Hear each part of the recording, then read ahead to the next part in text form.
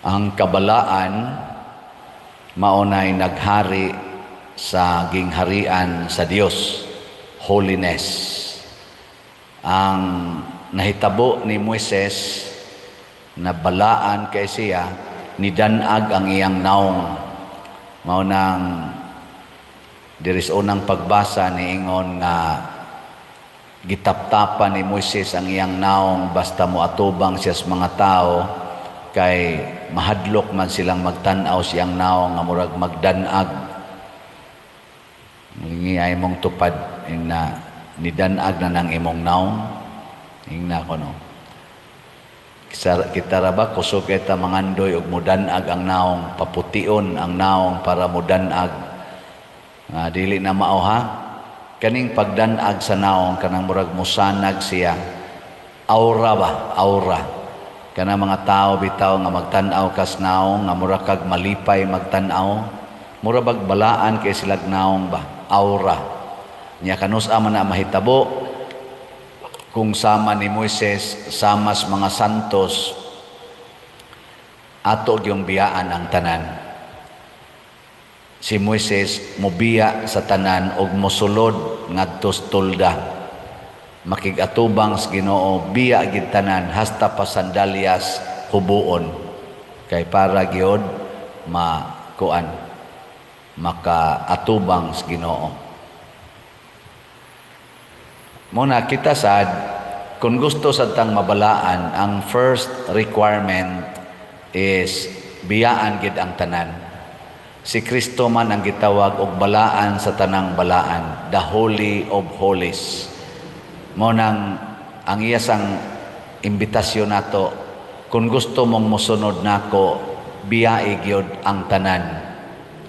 Sa atong ebanghelyo karon, ang images nga gigamit sa Ginoo mao kining bahandi o kining mutya. Ang bahandi kuno murag ang gingharian sa langit, murag bahandi usa ka treasure nga didto sa umah nya nakit-an nakalutan sa usa ka tawo ang iyang gibuhat. Gibaligya niya ang tanan niyang katigayunan o gipalit niya ang umah.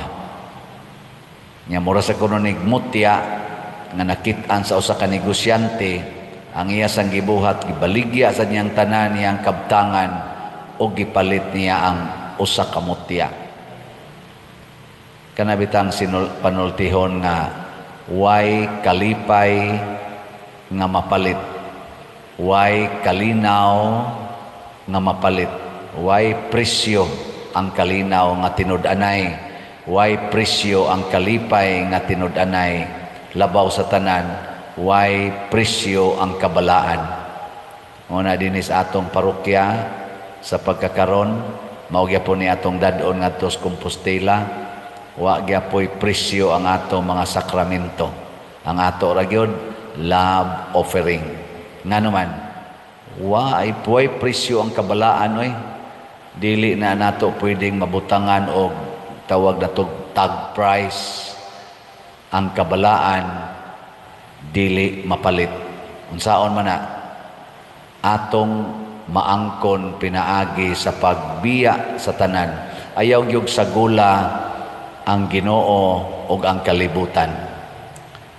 Pili gyud ang kalibutan o kaha ang Ginoo. Niyang mopili gani kas kalibutan, mao na nang ma-stress na ka.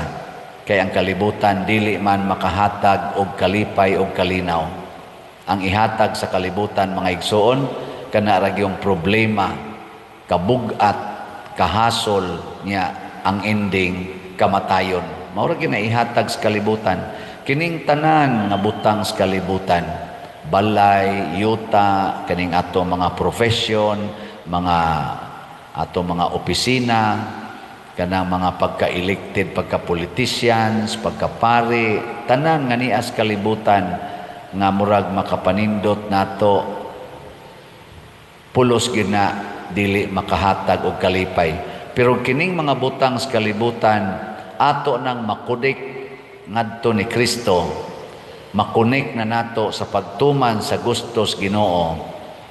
Ato nang makunik sa pagkakaplag natos Ginoo, kana mahimo ng malipayon ta ginamit ang mga butang sa kalibutan. Pinanglitan kining atong slot, unsa may gigamit nimo pagpalit og slot? Kwarta. Nya kini palit man kag slot pinaagi og kwarta, unsa may ihatag sa Ginoo nimo? Dili kahasol, dili kabugat, kung dili kalipay o kabalaan. Nilingay mong tupad. Yung na gusto ka mabalaan kada adlaw, o gusto ka mabalaan kada adlaw, palit og slot kada adlaw. Ana na siya. Kining atong grace, tag 100 pesos ra gid ni, nadako pa kay nig balanse. Napanis mga 600,000 kapin. Daghan kayong slot, daghang okasyon nga makapahimo natong balaan. Nya 100 pesos ra. Ibaligya ang tanan. Pasabot, ayaw gyud limit sa pagpalit og slot. Ayaw pag-ingon, mopalit ko og slot or mutabang ko sa akong isig katao pero dinhi lang kutob kay kaning sobra ako ni. Ayaw.